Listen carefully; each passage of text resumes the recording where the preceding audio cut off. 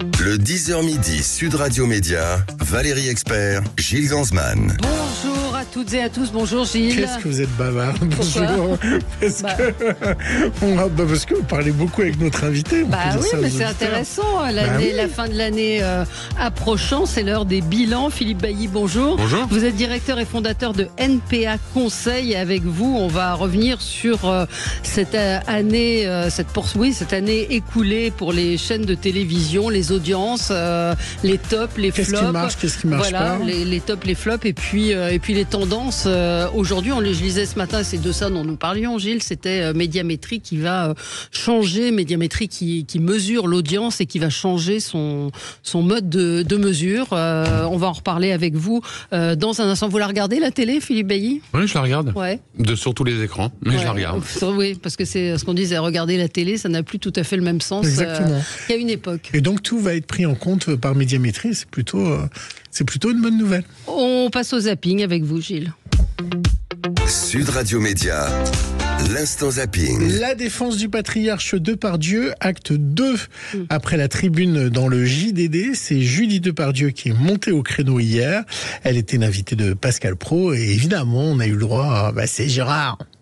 Franchement, c'est une chasse à l'homme inédite d'un type qu'on a adoré il y a encore 5 minutes et que pour l'instant, il est radicalement exclu de cette société parce que il a la liberté de parler comme il l'entend et que, comme je le disais dans la tribune, c'est quelqu'un qui a une grande liberté de parole. Moi, en tant qu'enfant, évidemment que des fois j'ai honte, mais est-ce qu'une parole veut dire plus ? Est-ce que quand il dit des trucs comme ça veut dire qu'il les fait ? Souvent, non. Souvent, plus t'en dis, moins tu fais. Enfin, c'est des proverbes. Hein. Mais j'ai vraiment été très surprise de la violence du rejet de cet homme qu'on a idolâtré toute sa vie. Le People, ça marche sur les chaînes info ? C'est une bonne idée pour BFM d'aller sur le People ou pas vraiment ? En termes d'audience, je parle pas... Alors aujourd'hui, en tout cas, c'est pas une veine ou un filon, si j'ose dire, qui est beaucoup exploité. On est plutôt dans une bagarre du hard news sur les chaînes d'info avec des tonalités différentes. Parfois plus d'images, parfois plus de plateaux, parfois plus d'international, plus de national, etc. Mais en tout cas, le People, non, à date, c'est pas un sujet majeur. Enfin, BFM est en train de prendre un virage plutôt People en consacrant des heures d'antenne à Coé, au cas Coé. À Depardieu, ils ont fait longtemps, même si là, aussi. Mais c'est vrai que jusqu'à maintenant, c'était pas trop le cas. On continue ? Oui. Et puis, complément d'enquête, tout ça, absolument. On peut saluer de nouveau le travail de complément d'enquête. On avait reçu Tristan Wallach ici pour ce complément d'enquête. Alors, à défaut d'avoir la Miss France 2024, Eva Gilles, hier, Touche pas à mon poste, a reçu sa première dauphine. Et coup de cœur des téléspectateurs votants, la première dauphine. C'est Miss Guyane. Voilà, qui arrivait première. Et hier, à la place, Audrey O'Wine, c'est son nom, elle était en face du parrain de la télé, donc elle a soumis un vœu qu'elle a, et Cyril Hanouna lui a répondu. Vous allez voir qu'elle perd pas le Nord. Ça va être quoi maintenant le programme pour la première dauphine ? C'est quoi le programme ? Alors, donc c'est ma délégation, donc le comité Miss Guyane qui s'occupe de moi. Donc j'ai quelques sollicitations, comme avec Touche pas à mon poste. Puis je le glisse par ici, mais j'aimerais bien faire Danser avec les stars. Voilà. C'est pas moi, c'est pas moi. Oui, je sais, mais... Voilà. Parce que j'aime beaucoup danser, j'aime beaucoup la scène et tout. C'est une bonne idée. Tu veux pas faire parce que moi tu veux pas faire Koh-Lanta ? J'ai dit la danse. Tu veux pas faire les Marseillais ? Non. Tu veux pas faire Jordan Deluxe ? Tu veux pas faire Jordan Deluxe ? Je veux t'avoir Jordan. Jordan Deluxe, c'est la révélation des audiences de cette... Non, je rigole. Non, un mot juste, non pas sur la première dauphine, mais sur un Miss France, je trouve... s'il fallait encore un exemple de la nuisance que représente aujourd'hui Twitter, je crois qu'on en a eu amplement tout le week-end. La façon dont elle a été lapidée, c'est écœurant. Écœurant. Ouais, c'est vrai. Et elle s'en amuse parce que il y a eu même toute une campagne hier, je sais pas si vous avez suivi sur les réseaux sociaux, comme quoi le logo des Jeux Olympiques avait son physique et sa tête. Et elle a répondu avec humour en disant qu'elle était très fière. Je vous ai même envoyé la vidéo d'elle où elle dit « Je suis très fière de représenter les Jeux Olympiques ». Et écoutez, si elle est suffisamment forte et vertébrée pour arriver encore à s'amuser aujourd'hui, ça veut dire c'est un titre supplémentaire pour qu'elle ait été élue. Ouais. Vous avez vu que hier Quotidien a annoncé se retirer de Twitter. Ça a été annoncé hier soir. Je ne sais pas s'ils iront jusqu'au bout, puisqu'ils ont, je ne sais pas si vous l'avez vu, diffusé un sujet sur Elon Musk qui participait à une émission, un rassemblement d'extrême droite. Et donc, hier, Yann Barthès a annoncé que Quotidien ne diffuserait plus sur Twitter. Écoutez, vous avez peut-être fait l'expérience depuis jeudi dernier d'ouvrir un compte sur Threads, le nouveau. Alors, je sais, par contre, ma difficulté, c'est que je ne sais pas comment on prononce. Mais en tout cas, c'est incroyablement rafraîchissant. Tout à coup, on a juste d'ailleurs quelques dizaines de followers. Moi, je pense que moi, je suis dessus aussi, et je pense que ça va pas durer. Moi. Mais on est dans de la pure bienveillance et ça fait du bien. Ça s'écrit comment ? T-H-R-E-A-D. Ça veut dire fil, en fait. Oui, fil, d'accord. Pourquoi vous voulez me donner une leçon d'anglais ? On retrouve l'essence de ce qu'est et de ce que devrait être un réseau social. Ça a des gens qui échangent, éventuellement qui plaisantent, mais je n'ai pas vu encore un message de méchanceté gratuite, je n'ai pas vu une horde se fondre sur un tweetos, enfin, ou un abonné, un utilisateur en particulier. Enfin bref, encore une fois, c'est extrêmement rafraîchissant. Oui, mais à côté de ça, Philippe Bailly, les gens vous rétorqueront, et peut-être nos auditeurs, que ça enlève la liberté, puisque Instagram coupe les fake news, enlève beaucoup de choses, ce que Twitter se refuse à faire désormais. Mais tant mieux, retirer les fake news, vraiment c'est quelque chose que je regrette. Est-ce qu'ils ont les moyens de juger Instagram de ce qu'est une fake news ou pas ? Ils ont des équipes, ils ont un contrat avec l'AFP, différentes rédactions qui font de la vérification pour eux. Et encore une fois, il ne s'agit pas d'interdire le débat, il s'agit d'interdire le faux débat fondé sur de fausses informations. Et ça, je pense que c'est pour notre bien à tous. Et c'est une bonne nouvelle pour Meta, parce qu'évidemment... C'est la maison mère. C'est la maison mère de Facebook et Instagram. Et ils se récupèrent toute la publicité des gens de Twitter qui ont quitté pour avoir une bonne image. C'est le credo des pros, justement, on parlait d'Elon Musk, des pronatalistes. Elon Musk, il a 11 enfants. Évidemment, les pronatalistes veulent faire beaucoup d'enfants, mais il faut les bons critères, Valérie, physique, couleur de cheveux, des yeux, et puis allez pas nous faire un délinquant ou un enfant diabétique. Heureusement, il y a la polygénie et les instituts de polygénie aux États-Unis. Reportage incroyable du 20h de France 2. La famille Collins a eu recours à une fécondation in vitro pour leurs 2 dernières petites filles. Ça, c'est Titan Invictus Collins. Elle n'a pas encore 1 an. Et ma femme est enceinte de notre prochaine fille, qu'on appellera Industrie America. Pour multiplier leurs chances d'avoir un enfant en bonne santé, le couple a demandé à un laboratoire une analyse des embryons avant la fécondation, un test polygénie. Ça nous a donné un score de santé pour chaque embryon. Et ça nous a aussi indiqué le pourcentage de risque pour chaque maladie. Par exemple, sur les types de diabète 1 et 2, les crises cardiaques ou la schizophrénie. Mais Simone Collins, la mère, ne s'est pas contentée de ces résultats. Elle a demandé à un second laboratoire d'analyser d'autres risques, mentaux cette fois-ci, pour être sûre de sélectionner l'embryon le plus performant. Voici les scores sur la santé mentale. Il y a les pourcentages sur les risques de dépression, d'anxiété, la difficulté à gérer le stress. Et pour elle, tous ces risques étaient très bas. Bon, incroyable, hein. Bon, l'avantage, c'est que ça va nous faire disparaître les influenceuses, cette histoire. C'est pas sûr. C'est pas sûr. Une voix, Claude Villers, qui nous a quittés à l'âge de 69 ans. 79. J'ai dit quoi? 79 ans. Il a commencé comme journaliste au journal Paris Jour, et puis il est rentré en 1962 à l'ORTF. Évidemment, son œuvre majeure, c'était le tribunal des flagrants délits sur France Inter. Mesdames, messieurs, la Cour. L'avocat de la défense, Louis Frégo. Le procureur général de la République, Pierre Desproges. Le président, Claude Villers. Nous sommes le tribunal, qui juge et qui condamne. Les messieurs comme les dames, avec nous pas d'innocents. Tout le monde y est coupable. Nous en faisons le serment avant que vous ne passiez à table. C'est culte, hein, les Flagrants délires. Formidable. Avec Pierre Desproges, vous pouvez aller réécouter ça. Et France Inter, nos confrères, je leur fais un peu de pub, ils ont remis en ligne tous les Flagrants délires à l'occasion de la disparition de Claude Villers. Bon, hier, je vous ai senti tellement heureuse, Valérie. Je suis content quand vous êtes heureuse. Alors, je vous ai remis un petit titre de Robert Charlebois. Oui. Ah bah oui, vous voulez pas super, si vous l'aimez. Et du coup, j'ai pris ce que vous aviez demandé, on n'a pas eu le temps de passer, Madame Bertrand. Madame Bertrand, pas les maîtres ordinaires, c'est l'inverse de la polygénie. Oui, c'est vrai. Je suis un gars pas ordinaire. Et bon pratiquant, dans mon tourment, je cherche une maman pour mes enfants. Claude et Armand, âgés d'11 et 12 ans. Vous aimez bien ça? Oui, j'aime bien. Ah bah je comprends pourquoi vous n'aimez pas Jules ou ce que je vous propose. Non, une petite il y en avait un autre aussi que j'aimais bien, que je vous ai demandé. Mon pays, on a reçu hier Charlebois. On a eu un nombre de retours absolument incroyable de gens qui... je pensais pas qu'il était aussi populaire en France. Il sera 10 jours donc à Bobino, début juin. Et ça a été...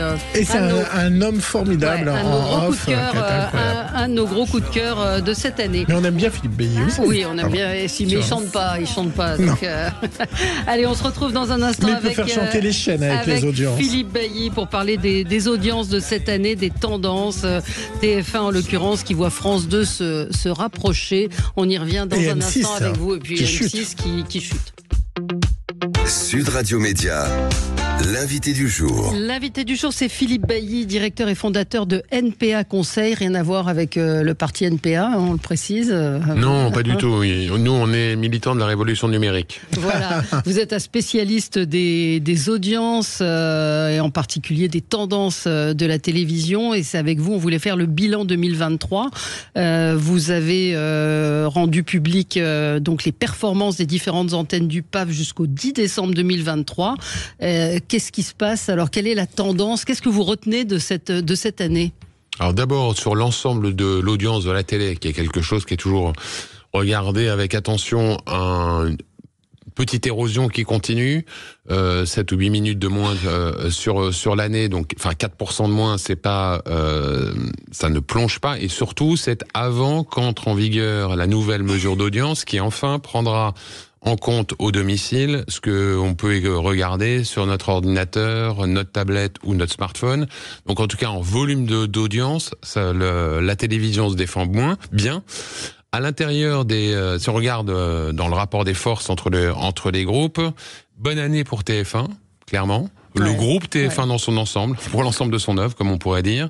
Bonne défense sur l'ensemble du public, et puis encore mieux sur les jeunes adultes, et puis sur la cible commerciale, les femmes responsables d'achat de moins de 50 ans. Non plus la ménagère de moins de 50 ans maintenant. Ouais. Absolument, elle n'existe plus, la ménagère. Les chaînes regardent que ça en fait. Hein. Parce que ça dépend. En tout cas, TF1, c'est le premier réflexe qu'ils ont, c'est de regarder l'audience ménagère plutôt que l'audience globale. TF1, c'est aussi une entreprise, M6 de la même manière, et à un moment, ce que les publicitaires regardent, eux, sont les performances sur, effectivement, cette fameuse FRDA, et puis sur le jeune public. Enfin, on aime bien quand même les chaînes qui savent renouveler leur public. En fait, je vous prends vol, c'est ça, et c'est ça qu'il faut dire à nos auditeurs, ce sont les vieux qui regardent la télé, et les patrons de chaîne détestent les vieux. Non, ils détestent pas les vieux. Il se trouve que les marques, ils les valorisent moins, on va dire. Les marques, elles, les annonceurs, généralement, restent dans un état d'esprit dans lequel ceux qui font des achats sont plutôt des plus jeunes. Ça changera forcément puisque la population française vieillit. Donc à un moment, les curseurs vont se déplacer. Pour l'instant, c'est ça. Ce critère-là, il vient d'où? Il a été établi comment? Parce que quand on regarde, c'est effectivement a priori des gens de plus de 50 ans qui ont plus de pouvoir d'achat ou qui consomment plus. J'ai pas fait de recherche scientifique, mais à mon avis, il nous vient de l'époque du baby boom, dans lequel effectivement la population était jeune, donc le sujet du vieillissement de l'audience de la télévision, il n'existait pas, il ne se posait pas. Puis de toute façon, tout le monde regardait la télévision parce que les autres loisirs étaient beaucoup plus limités. Et donc, parler à la ménagère ou la responsable des achats, selon le mot qu'on préfère, de moins de 50 ans, c'était vraiment parler au pouvoir d'achat des Français. Quoi. Mais est-ce que c'est dépassé? C'est ça, est-ce que ça n'a pas changé? Est-ce qu'aujourd'hui, c'est... Est-ce qu'on peut avoir 60 ans et aller à McDo, hein? Absolument, mais à la fois, de toute façon, globalement, on est plus âgé, et effectivement, comme vous dites, Gilles, on reste aussi en meilleure santé plus longtemps, et avec du coup des manières de dépenser l'argent qui sont plus simplement, à partir de 50 ans, je consomme uniquement de l'assurance obsèque, mais pour l'instant, ça reste quelque chose d'un peu dominant. Ouais. C'est vrai que, alors, quand on voit, pour que nos auditeurs comprennent, quand on regarde les audiences et qu'on voit par exemple que Astrid et Raphaël le vendredi fait plus de 5 millions de téléspectateurs, et que la Starac en face fait 3,5 millions, TF1 est content malgré tout de ce score parce que c'est très ciblé sur son public et sur ses annonceurs. Mais d'une certaine manière, si on regarde d'une autre perspective, c'est un peu chacun dans son couloir et c'est pas forcément mal. Ce que je veux dire, c'est que la mission du service public qui est financée à plus de 80% par nos impôts, et par de l'argent public, c'est effectivement de n'oublier personne, du plus jeune au plus âgé. Les entreprises privées, donc TF1, M6, Énergie, etc., eux sont obligés de se concentrer sur leurs ressources, de faire venir de la ressource, donc d'être à l'écoute de ce que les marques recherchent. Mais encore une fois, si chacun fait bien son boulot, à la fin, le public, quel qu'il soit, en a pour son argent ou pour ses yeux. Comment est pris en compte le replay, les plateformes? Il y a aussi une nouvelle donne. Les médias ont beaucoup Netflix changé, a communiqué récemment, d'ailleurs. Comment vous travaillez justement là-dessus pour établir votre palmarès, vos bilans? Le socle, c'est la donnée médiamétrie, qui intègre déjà depuis plusieurs années le replay, donc ce que vous regardez en différé chez vous, soit d'ailleurs parce que vous l'avez enregistré sur votre box, soit parce que vous le regardez sur une plateforme de replay. Et puis Médiamétrie a introduit un peu plus récemment ce que vous regardez sur les autres écrans ailleurs que chez vous. Ce qui était un peu paradoxal, parce qu'il restait un angle mort qui était ce que vous regardez chez vous sur d'autres écrans. Bon. Et donc ça y est, ça va être comblé. Donc ça, Médiamétrie le produit des chiffres. On voit par exemple qu'aujourd'hui, sur nos fameuses ménagères ou sur les jeunes adultes, ce différé, ce replay, ça pèse déjà 7-8% du volume d'audience total de la télé. Donc on est sur des chiffres qui deviennent importants, et à mon avis qu'ils seront encore beaucoup plus quand on fera le bilan dans un an avec cette nouvelle mesure. La différence, c'est que pour l'instant ça rapporte pas d'argent, ou pas forcément l'argent qu'on pourrait imaginer sur les plateformes, puisque évidemment la pub qu'on voit lors de la diffusion en direct n'est pas la même lorsqu'on regarde la Starac en replay. Oui, mais c'est pas pour autant que c'est pas de la pub, et la pub elle est pas diffusée gratuitement. Disons que les volumes de pub au final sont moins importants en replay que en direct, mais et c'est sans doute mieux qualifié, vendu plus cher, mais c'est sans doute quand même une des évolutions que nous ont apporté les plateformes, et on voit y compris Netflix, Disney, quand ils introduisent la pub, aujourd'hui ils sont à 4-5 minutes de pub par heure, là où en télévision classique, la loi, c'est vous n'allez pas au-delà de 12 minutes. Et donc on voit, il y a un écart. Et si on va aux États-Unis, la télévision linéaire, les chaînes classiques, là on est à 16, 17, 18 minutes par heure. 18 minutes de pub par heure aux États-Unis. Et c'est-à-dire qu'à un moment, vous vous demandez quel est ce truc bizarre qui est entre deux spots. Entre les pubs, c'est vrai. Les chaînes d'infos, là aussi, il y a des choses à dire, en particulier sur CNews qui maintenant dépasse régulièrement BFM. Globalement, sur l'année 2023, d'ailleurs, c'est pas juste le phénomène de ces dernières semaines. Il y a une montée de CNews, une montée de LCI. Alors, ce qui pour moi est assez réconfortant, je sais pas, mais en tout cas on a vraiment deux promesses très différentes. LCI qui a énormément fait sur l'international, notamment sur l'Ukraine.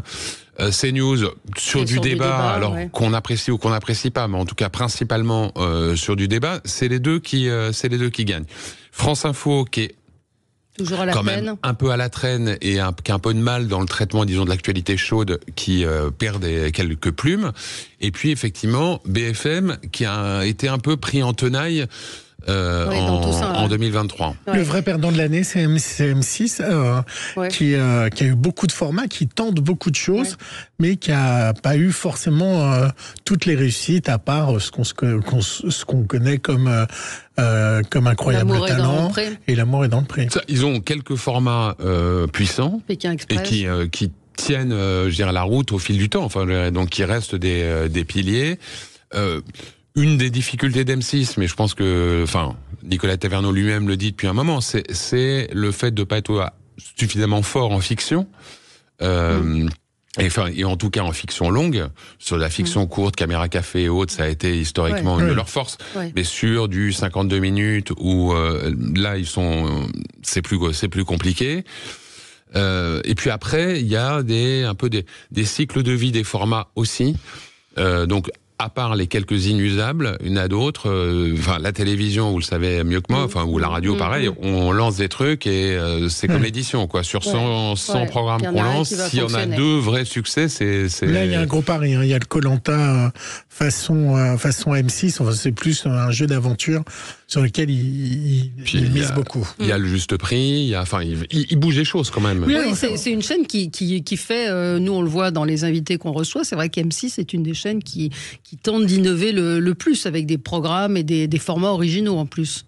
Donc ils prennent des risques. Après la télévision, c'est devenu aussi un marché parallèle avec des licences, avec tout un tas de choses qui font que l'écran en tant que tel, si on parle de rentabilité, là on sort des programmes, le modèle économique a changé aussi. Vous pensez par exemple au modèle Stéphane Plaza? Oui, voilà, c'est ça, voilà, absolument. Ce qui est sûr en tout cas, c'est qu'effectivement, en Plaza en l'occurrence, ça marche en audience aussi, mais qu'en tout cas, on peut prolonger économiquement le programme en allant, comme vous disiez, développer une franchise ou autre, et mesurer ce que pèse le poids d'un programme économiquement. Effectivement, c'est pas simplement regarder les...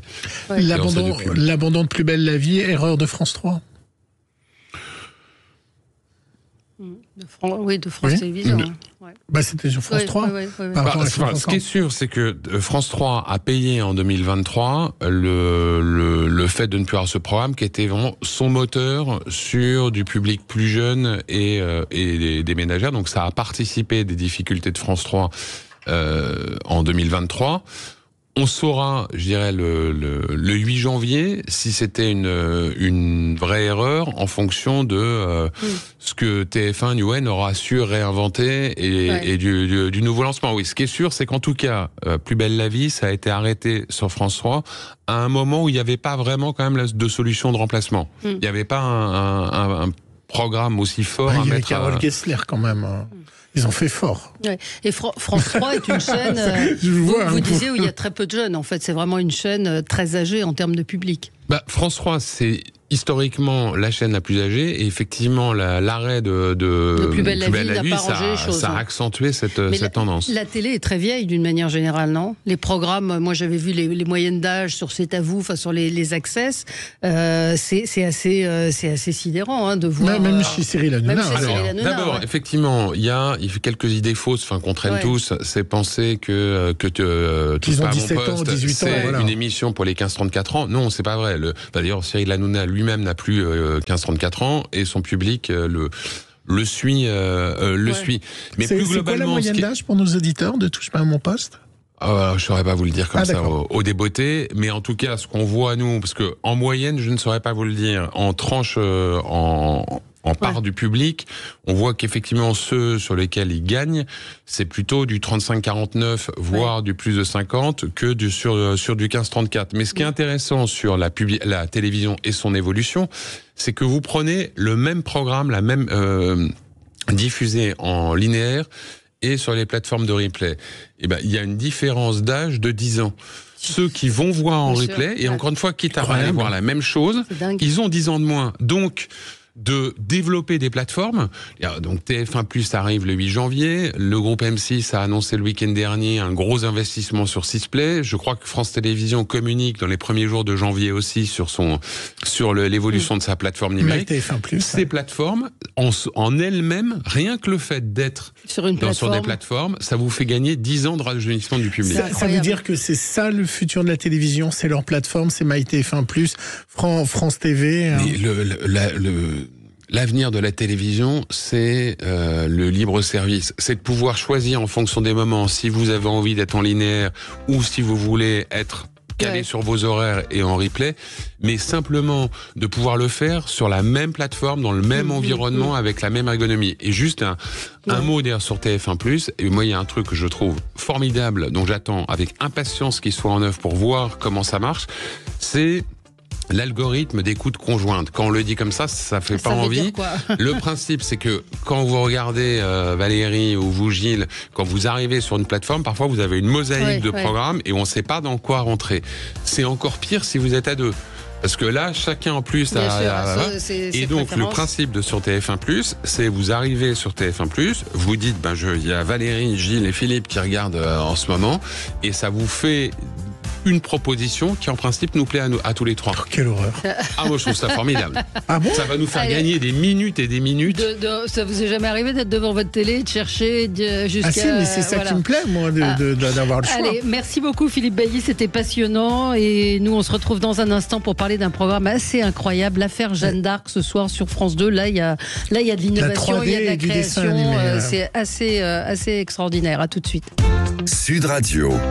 Le supplément média. Le supplément média avec aujourd'hui Antoine Demeaux. Bonjour, merci d'être avec nous. Vous êtes auteur, écrivain, réalisateur. Alors ce soir, il n'y a pas le choix. Vous devez regarder France 2. C'est l'affaire Jeanne d'Arc. C'est à 21h10. Alors je disais juste hors antenne, moi je suis pas trop fan des docus. L'histoire moyen, et je dois vous dire que j'ai été totalement happée par ce docu. Alors c'est un docu-fiction donc que vous avez réalisé Antoine Demeaux et avec Sari Long.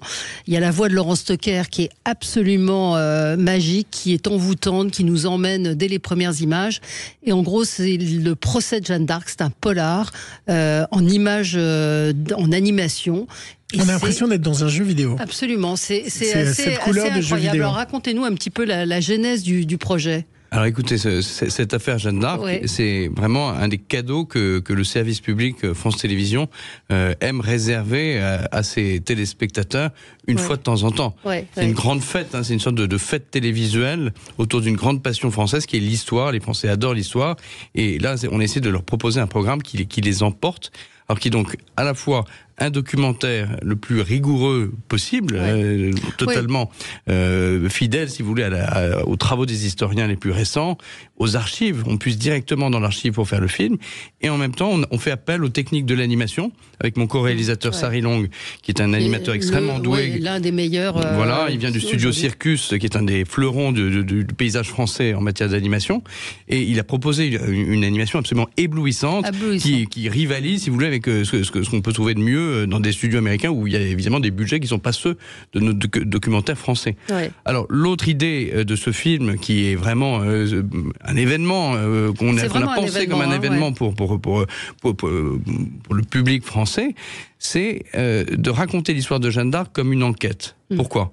Parce qu'il y a eu 2 procès de Jeanne d'Arc. Il y a eu son procès que tout le monde connaît en 1431, où elle est condamnée par des juges à Rouen et elle meurt sur le bûcher. Mais ce qu'on ne sait pas, c'est que 25 ans après sa mort, 24 ans après sa mort pour être précis, il y a eu un procès en réhabilitation qui a été lancé à la demande de l'Église et du roi de France pour essayer de la blanchir de ces accusations d'hérésie qui faisaient vraiment désordre parce qu'elle avait permis au roi de France de retrouver son trône, de la blanchir de ces accusations d'hérésie. Et donc les inquisiteurs dominicains ont mené l'enquête sur ses traces. Ils sont allés à Don Rémy, ils ont suivi tout son périple à travers la France. C'est très français, c'est très ancré dans le terroir, l'histoire de Jeanne d'Arc.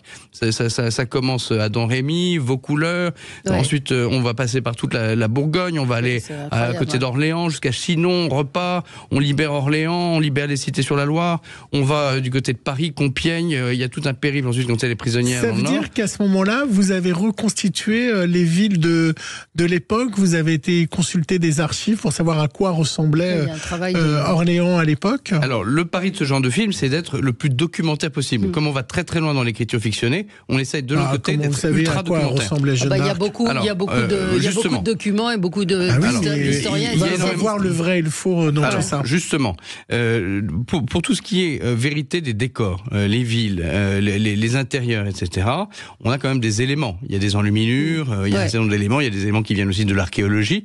On a une historienne de référence qui s'appelle Valérie Touret, qui a écrit une des biographies qui font référence sur Jeanne d'Arc. Et donc, chaque fois qu'on avait des questions de ce genre, on lui posait la question à elle. Et on faisait valider, si vous voulez, notre projet graphique par une historienne qui nous disait, les carreaux de céramique sur le sol, ils étaient pas exactement comme ça, mais plutôt comme ça. Ou les armes, elles étaient plutôt comme ça. Et donc, on s'est appuyé là-dessus. Et on peut, si vous voulez, l'animation nous permet d'aller dans ce luxe de détails qu'on n'a pas forcément les moyens ou la possibilité de faire quand on fait une fiction, si vous voulez, avec des vrais comédiens. Donc l'animation nous a donné une possibilité absolument incroyable. Et vous parliez de l'allure de Jeanne. Alors, effectivement, elle est très moderne. Jeanne, elle est merveilleuse. On a tous une Jeanne dans notre cœur. On se demande, mais le problème, c'est qu'on n'a pas d'image historique d'elle. On ne sait pas à quoi elle ressemblait. Donc en fait, la seule chose qu'on sait d'elle, c'est la couleur de ses cheveux. Parce que il y a sur une lettre qui est conservée dans des archives un cheveu de Jeanne qui était pris dans la cire et donc on sait qu'elle était plutôt châtain-brune. Donc c'est un des éléments qu'on a. Et alors est-ce qu'elle avait vraiment les cheveux courts comme notre Miss France? Alors oui, ça on en est certain parce qu'effectivement c'est dans tous les documents et c'est un des éléments qui l'ont fait condamner. C'est-à-dire que le Jeanne a été condamné parce qu'elle a pris l'allure masculine, elle s'est habillée en homme, elle s'est coupé les cheveux. Et les juges de Rouen se sont servis de cet argument pour la faire condamner, ce qui n'était pas très régulier, parce que même à l'époque, elle n'aurait pas dû être condamnée pour cette raison, surtout qu'elle l'a fait pour des raisons de nécessité. C'est-à-dire qu'elle voyageait dans des zones extrêmement dangereuses, la France était en guerre civile, la France était envahie par les Anglais, et si elle avait été capturée comme femme, elle aurait eu un sort absolument terrifiant. Donc elle se déguise en homme pour ne passer inaperçue, puis ensuite, ça devient un peu sa marque de fabrique, elle devient une icône de son vivant. Elle avait 17 ans. Elle est très très jeune. Très très jeune, c'est un personnage incroyable et ce qui est formidable dans ce docu-fiction, c'est qu'on découvre un autre personnage que les clichés qu'on peut avoir, cette récupération qui a été faite par l'extrême droite à un moment, par le Rassemblement National et autres, on a une autre vision du personnage de Jeanne d'Arc. Oui, Jeanne d'Arc, c'est pas une image d'Épinal, c'est une jeune fille de chair et de sang qui a vécu au XVe siècle, qui a fait irruption sur la scène de l'histoire à 17 ans et qui a été brûlé et condamné et brûlé à 19 ans, donc c'est une sorte de météore. Et c'est vrai qu'il y a quelque chose de très moderne chez Jeanne d'Arc, c'est-à-dire que c'est pas une figure passive, c'est pas une figure qu'on récupère, Jeanne. C'est quelqu'un qui ne se laisse pas récupérer. Et d'ailleurs, elle va jusqu'au bout de ses convictions, elle est prête à mourir pour ses idéaux. Et en ce sens, si on devait la rapprocher de personnages plus proches de nous, moi, elle me fait penser aux résistants de la Seconde Guerre mondiale, aux résistantes de la Seconde Guerre mondiale, à ces femmes agents de liaison qui avaient le même âge qu'elle et qui risquaient leur vie, qui risquaient Ravensbrück parce qu'elles portaient des messages. Sauf que Jeanne d'Arc, c'est aussi quelqu'un qui prend la tête des armées, qui réalise elle-même sa prophétie qui est de libérer la cité d'Orléans et de faire sacrer le roi à Reims. Donc c'est aussi un personnage très à part dans notre histoire. Et il y a le côté mystique qui est très, très important. J'allais aller là-dessus. Un auditeur nous dit dans le Jeanne d'Arc de Besson, on entrevoit la Jeanne avec son côté schizophrène. Elle est habitée. Elle est vraiment habitée. Il y a un côté très mystique qui ressort très clairement aussi dans votre documentaire. Alors, à l'origine de Jeanne, il y a ces fameuses voix de Dieu qu'elle dit avoir reçues et qui lui demandent. Alors, on la cuisine beaucoup pendant son procès pour savoir qui lui parle. Elle finit par dire que c'est Sainte Catherine, Sainte Marguerite et Saint Michel. Mais en fait, c'est vraiment une expérience intérieure très intime qu'elle vit. Donc, c'est pour ça que le vocabulaire de la psychiatrie ne me paraît pas forcément tout à fait adapté, puisque là on est plutôt dans le domaine de la mystique, qui est un phénomène humain que nous connaissons, qui existe dans toutes les religions, et qui est du fort intérieur de Jeanne. Donc on n'a ni à le juger, et on n'a pas non plus la capacité de savoir ce qui se passe vraiment. Ce qui est certain, c'est qu'elle se sent missionnée. Elle se sent missionnée, ça c'est certain, et elle le dit, et elle invoque cette légitimité. C'est son premier moteur. C'est son premier moteur, mais nous finalement, quand on raconte cette histoire, on est des enquêteurs. on suit les enquêteurs 25 ans après. Et ces enquêteurs, ils ont beau être des dominicains du 15e siècle et être imprégnés de religiosité comme étaient les gens du 15e siècle, ils sont pas plus avancés que nous. Et ils lui font pas un chèque en blanc. Et justement, ils interrogent ces fameuses voix, comme nous, comme l'historien moderne, interroge ces fameuses voix en disant, bon, bah, qu'est-ce que c'est? Est-ce que cette fille est un peu dans l'imposture, ou est-ce qu'au contraire, il y a quelque chose, comme vous disiez, qui est habité? Ce qui est sûr, c'est que Jeanne a une très forte intériorité, et que cette intériorité, elle emporte sur son passage. C'est-à-dire que les gens la suivent. Les soldats, des gens qui sont blasés, qui sont déçus de tout, qui se sont usés pour cette guerre qui n'en finit pas, et ben ils trouvent un peu une sorte d'ouverture derrière elle, et ils la suivent. Et il y a quelque chose qui se passe. Elle retourne le cours de l'histoire. Ensuite, ça prendra quand même 25 ans. En regardant votre doc, je me suis dit, j'ai eu une réflexion un peu dingue. Je me suis dit, en fait, si elle avait été un homme par rapport à sa mission, à ce qu'elle entendait et autres, je me suis dit, en fait, elle aurait pas été brûlée. Alors, c'est tout à fait possible, parce que le film le montre, et c'est son statut de femme qui est remis en cause, en fait. Comme ça, c'est-à-dire que, en fait, elle est très seule. Elle est dans un monde d'hommes. Elle se retrouve au milieu des soldats, et les soldats vont la soutenir. Et c'est d'ailleurs assez frappant. On a des témoignages qui nous parlent un peu de leur rapport au corps de Jeanne. C'est une femme, et ils disent, elle était belle, elle avait de beaux seins, et pourtant, on n'éprouvait pas de désir charnel pour elle, quoi. Il y avait quelque chose, une sorte de rayonnement qui émanait un peu d'elle, si vous voulez. Mais ensuite, les juges de Rouen, qui sont vraiment missionnés par les Anglais, ce sont des Français, hein. On les appelait les Français reniers à l'époque. C'est le nom qu'on utilisait à l'époque pour les collaborateurs. Et ces Français, si vous voulez, ont absolument besoin qu'elle soit éliminée politiquement. Et donc le procès qui lui est intenté, c'est un procès stalinien, c'est un procès politique. Sur la technique qui est assez incroyable, hein, la prouesse technique, technologique de réalisation, c'est assez inouï, non? C'est assez inédit ce que vous avez fait, en fait. Écoutez, oui, parce que si vous voulez, d'abord ces films d'animation, c'est une collection qui s'appelle L'épreuve des siècles, qui a eu déjà plusieurs versions, avec Le Dernier Gaulois, Notre-Dame de Paris. Donc c'est produit par deux producteurs extrêmement entreprenants, qui sont donc Fabrice Coat et Michel Spavone, hein, Programme 33. Et l'idée, c'est d'aller sur le terrain de l'animation, qui est le langage d'aujourd'hui, c'est le langage des jeunes. Oui, je vous parlais des jeux vidéo, ça fait penser à jeux vidéo. Et évidemment, les jeux vidéo, ça imprègne notre culture populaire d'aujourd'hui. Donc on essaie de proposer une nouvelle version de Jeanne, une Jeanne moderne, une Jeanne qui soit vraiment d'aujourd'hui.